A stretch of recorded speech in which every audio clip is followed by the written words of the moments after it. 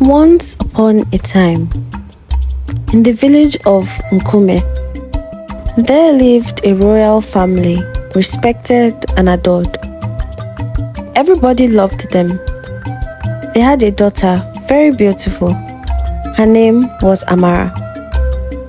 Amara was so beautiful that every eligible bachelor in the village wanted to marry her. But only the rich ones dared to ask for her hand in marriage.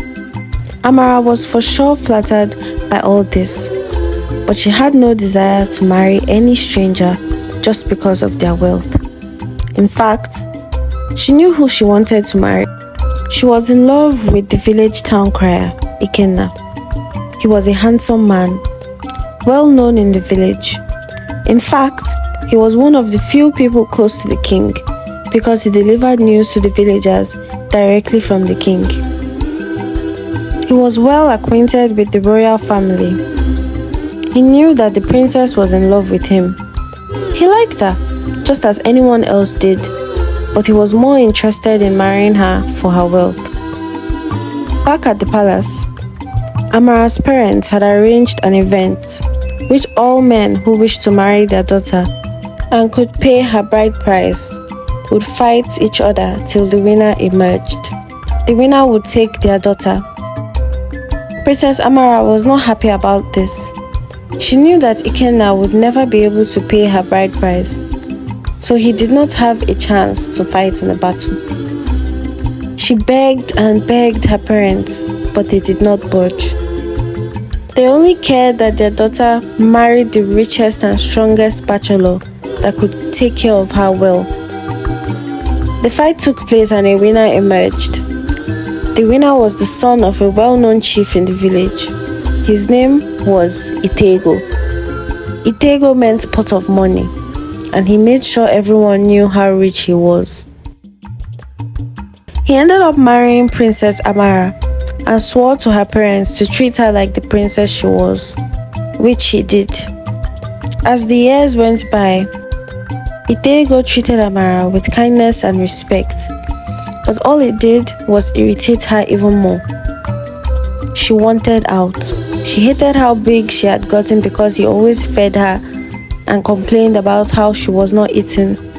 He was just all over her.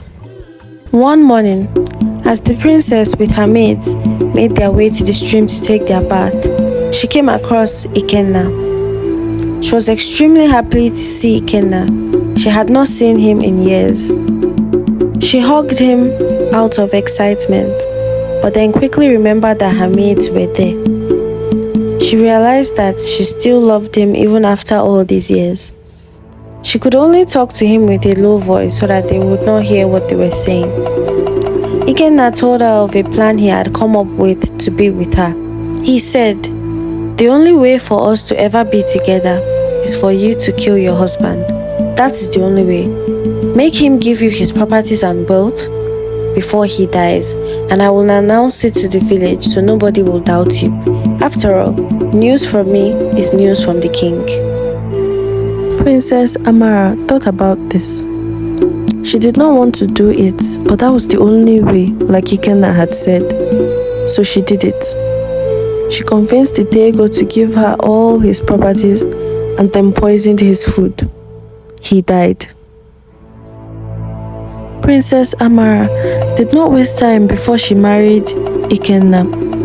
She did not care about what people thought.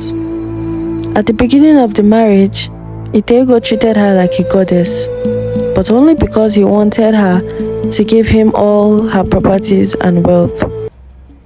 Once he got them, he began to treat her like trash. He beat her every day and brought in different women to their home. Amara was miserable, even more miserable than she was with Itego. This had gone on for so long and she could not bear it.